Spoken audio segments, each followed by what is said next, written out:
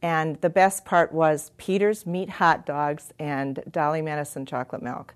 I think that was the absolute best time.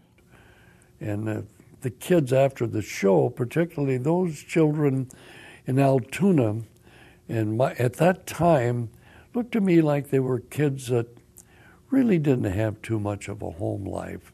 So I'd send home all the product, whatever it was that day.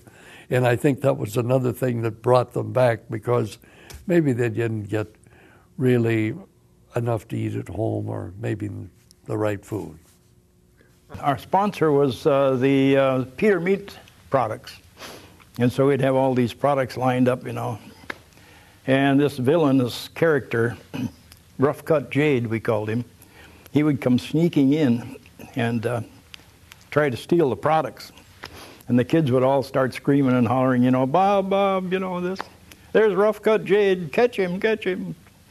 And of course, that one day, Rough Cut Jade went running across the floor, sneaking out, and one of the kids had a rope, and he got lassoed him around the neck and almost choked him to death. So it was one of those things, you know, that happened on live television. This was all done live up to a certain point, and then we start taping the show. Sheriff Bob decided to go down the row where I was sitting. What is your name? How old are you? So on and so forth.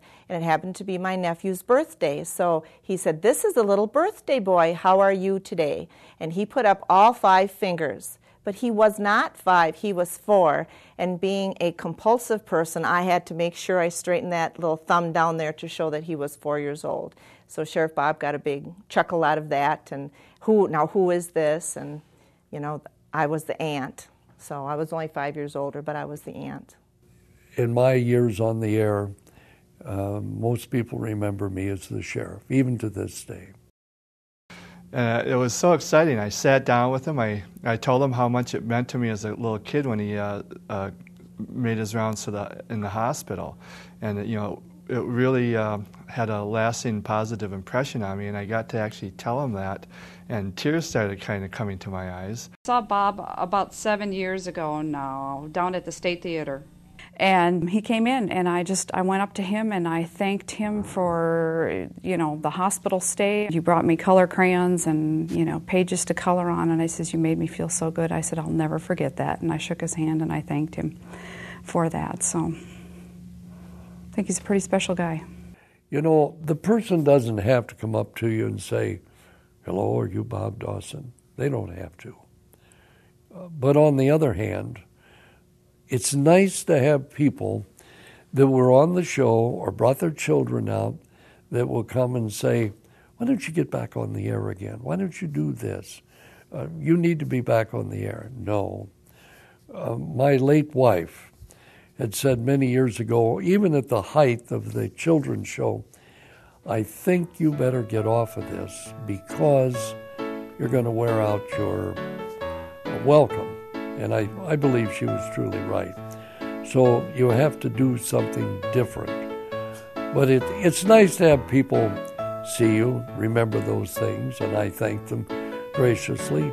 Now and then somebody will say, have you got any pictures of yourself? Would you give me an autograph?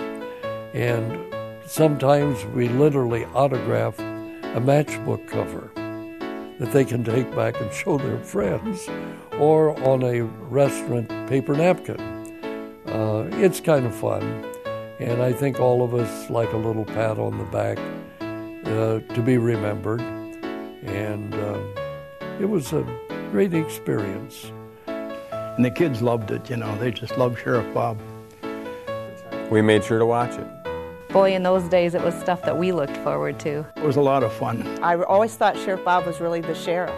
I always thought that when he wasn't on television, that he was somewhere keeping Eau Claire safe. And I remember being younger, seeing him out and about, and sometimes he had his hat on. And so that always put it in my heart that, well, I can go to sleep tonight and rest good because Sheriff Bob is guarding Eau Claire.